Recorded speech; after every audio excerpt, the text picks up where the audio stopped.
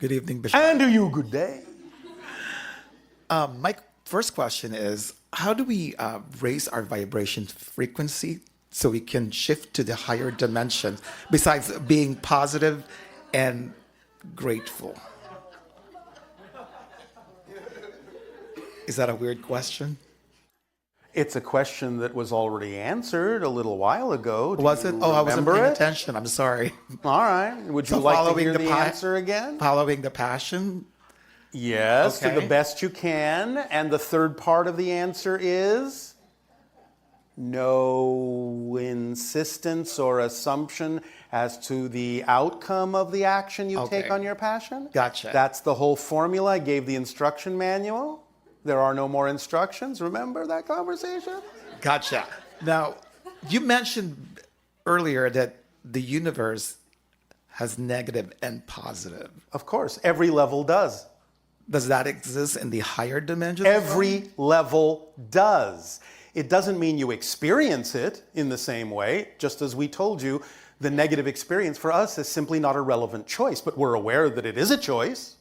It never disappears. In fact, the paradox is the more aware you become, the more aware you become of the positive and the negative.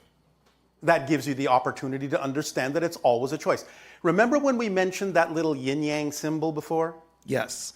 You know how one side is predominantly white and one side is predominantly black, and yet each side contains a dot of the opposite? Yes? Yes. That means that no matter how far you go into the positive, no matter how far you go into the negative, there is always the choice to touch into the opposite. That never leaves. There is the center line, which is the balance point, that gives you the freedom to choose what you prefer, but that doesn't mean you invalidate what you're not choosing. It just means you neutrally don't prefer it. It's simply not relevant. But you don't dismiss it. You don't invalidate it. You can use it to your advantage. This is most often summed up in the little phrase, it's easier to see a candle flame when it's surrounded by darkness. Therefore, the darkness has benefits if you know how to use it to frame and highlight the light. Yes? Yes. Is this helping? Yes. All right. Okay. And Anything else? yes, as a matter of fact, I'm a flight attendant, so I chose to. Does that mean you're often high? No. Well, I chose this profession so I can travel to all these ancient sites like Yes. the How pyramids. exciting. Very exciting. Yes. But You mean and? yes. Yes. I have this strong desire also to Yes. explore other planets. Go right ahead. Like when I Go leave, right ahead. when I leave this physical dimension. Well, will I you be- do it astrally. Do you mean Okay. physically? Well, maybe physically. I don't know. Oh, you don't know? Well, then not much of a excitement if you don't know. Oh, that's true. Yeah. Well, because I'm a big fan of Star Trek. We understand.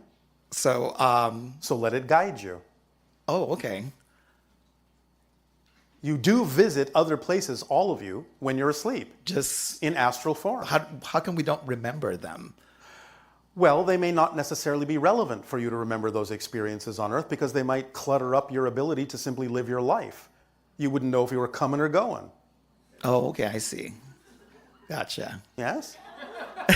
Now, you can incorporate more of it, and in fact, the idea of your attractiveness to that particular program is a sign that you are having those kinds of experiences, or you wouldn't be attracted to it. It wouldn't seem natural. It wouldn't seem familiar to you. It wouldn't seem to be representative of the kind of reality that you prefer if you weren't already connected to those realities. So that in and of itself is a cultural symbol that you are bringing more of that down to earth to become part of that so-called union or federation or association or alliance or whatever term you wish to use. When open contact with your world begins in the window of 2025 to 2033 and 40, sparingly at first, but accelerating from there, you will find that eventually Earth will become a member of the Interstellar Alliance. So you are heading, as a society, in that direction in general, at least those of you on that path. And it is usually a symbol that when you're attracted to programs like that, that you're on that path, or you wouldn't be attracted to them. And we certainly wouldn't be having this conversation. Oh, thank you. We do give off a certain frequency. And if you're attracted into that frequency and create these conversations with us, that again can be another marker and another symbol and another sign that you are walking a similar path vibrationally. Gotcha. So this, right now, this is the beginning of contact. These are the first stages of contact. Conversation. To see what ideas you are willing to absorb and which ideas you are not. And then we can gauge whether you are more or less vibrationally compatible to continue to accelerate the process of open contact with your civilization. I'm a first contact specialist. This is what I do. And it's what I've done with many civilizations. In particular, I chose Earth because I knew it would be so very exciting. It's very exciting. Now, is there a crystal that since this seminar is about crystals, Yes. is there a crystal that you can recommend that we use? You understand that we did energize and create the idea of the contact crystal as a vote for contact, but it's really up to you to decide what you're attracted to. Because that's your permission slip. That's why you'd be attracted to it. So whatever kind of crystal you wish to use as a permission slip is really up to you to determine based on whether or not you're attracted to it. But please remember, like all permission slips, it's simply something your belief system says you need in order to give yourself permission to be more of who you are. You're actually the one making the change. Yes? Yes. So if you want to use a crystal permission slip, that's up to you. Have fun with it. If you don't, that's fine too. All tools, all techniques, all rituals, all objects are permission slips that you use to give yourself permission to be more of who you are. And ultimately you realize you're the ultimate permission slip since you're the one making the change anyway. And none of these things are actually doing it for you. But you may believe you need them, and that's fine. If it works, as you say, to lubricate the process, grease the wheel, then use it. Thank you. Does this help? Yes, sir. Then pleasant dreams and happy journeys to you. Happy journey.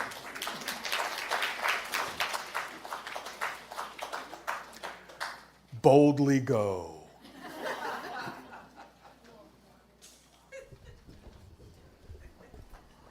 Hello, Bashar. And to you, good day. Yes, so my question is, what is your opinion about dimethyltryptamine as well as all other psychedelics placed here on Earth? NM, dimethyltryptamine, DMT, is naturally produced by the pineal gland in your brain, and it is produced in high quantities, usually when you are sleeping, and this is why you have greater access to the astral realms, because it opens up different dimensions to you.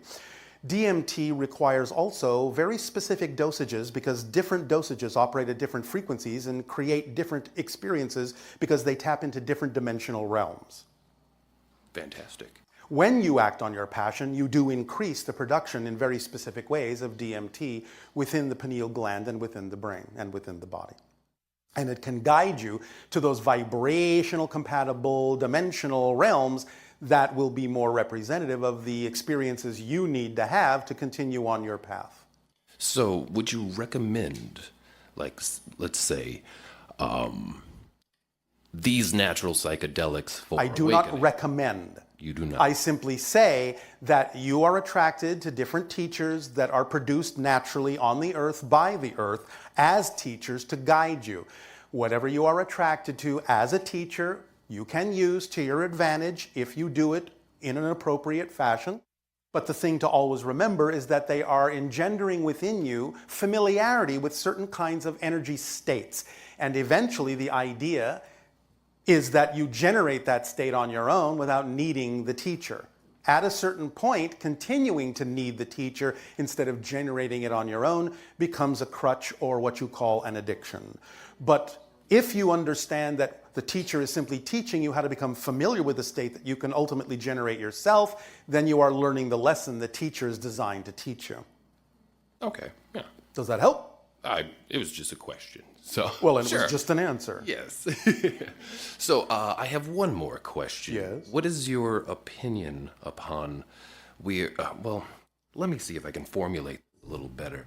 So, How about what is our observation? Because it's not about really having an opinion. It's simply that we are telling you what we observe. okay. So, I believe what I observe is that there has been a millennia long, let's say, monarchy controlling our blue planet.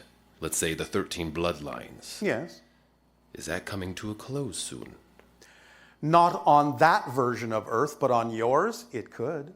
Remember, there are multiple versions of Earth. You never change the planet you're on. Okay. You change yourself and shift to another version of Earth that is more representative and reflective of the change you made within yourself. But those kinds of experiences, as you described it, will continue to exist on certain versions of Earth.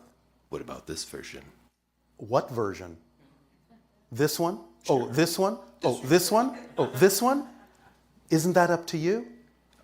Okay, yes. Makes Well, sense. Sure. Then, even though you can still see it, understand that because of the splitting into parallel realities becoming more visceral and more physical, just because you can see it doesn't mean there isn't a glass wall between you and them. They can't reach you.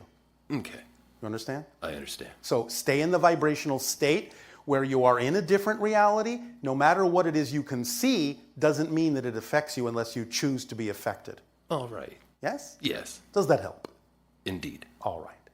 Take care, my friend. Thank you. And you as well.